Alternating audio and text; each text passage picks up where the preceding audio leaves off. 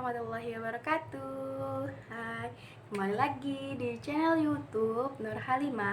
Nah, pada kesempatan kali ini saya akan menjelaskan mengenai LKPD atau Lembar Kerja Peserta Didik. Nah, LKPD adalah lembaran-lembaran berisi tugas yang harus dikerjakan oleh peserta didik. Salah satu sarana untuk membantu dan mempermudah dalam kegiatan belajar mengajar, sehingga akan terbentuk interaksi yang efektif antara peserta didik dengan pendidik, sehingga dapat meningkatkan aktivitas peserta didik dalam peningkatan prestasi belajar. Macam-macam LKPD, yaitu yang pertama LKPD yang membantu peserta didik menemukan suatu konsep. Yang kedua, LKPD membantu peserta didik menerapkan dan mengintegrasikan berbagai konsep yang telah ditemukan. Yang ketiga, LKPD berfungsi sebagai penuntun belajar. Yang keempat, LKPD berfungsi sebagai penguatan. Dan yang kelima, LKPD berfungsi sebagai petunjuk praktikum. Nah, manfaat dari LKPD yaitu mengaktifkan peserta didik dalam proses pembelajaran,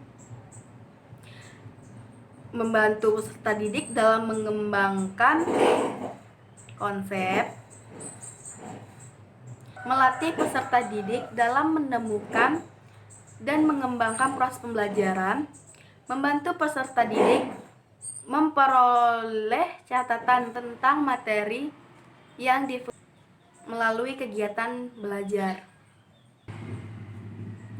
Langkah-langkah persiapan LKPD yaitu yang pertama, analisis kurikulum, di mana analisis ini dilakukan dengan memperhatikan materi pokok, pengalaman belajar peserta didik, dan kompetensi belajar peserta didik.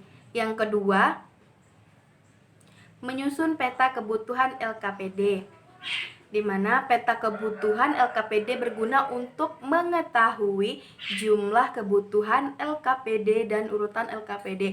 Yang ketiga, menentukan judul-judul LKPD, di mana judul LKPD harus sesuai dengan KD, materi pokok, dan pengalaman belajar. Yang keempat, penulisan dalam LKPD, di mana dalam penulisan LKPD yaitu ada perumusan KD yang harus dikuasai,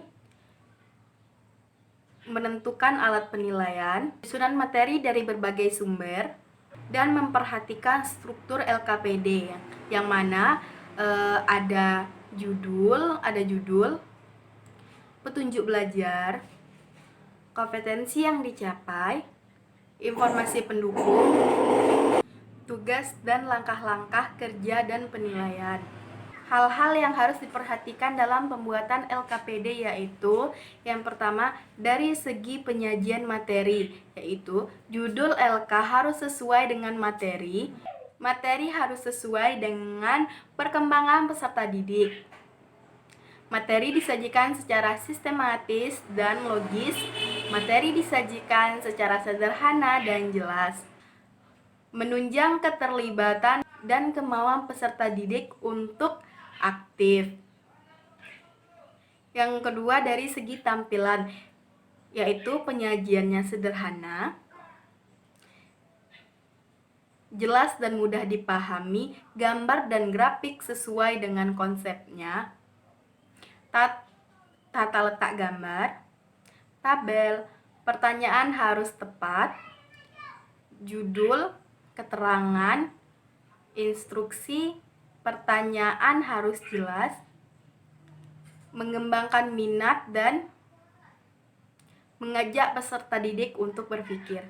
Nah, teman-teman, mungkin pada kali ini hanya itu yang bisa saya jelaskan mengenai lembar kerja peserta didik.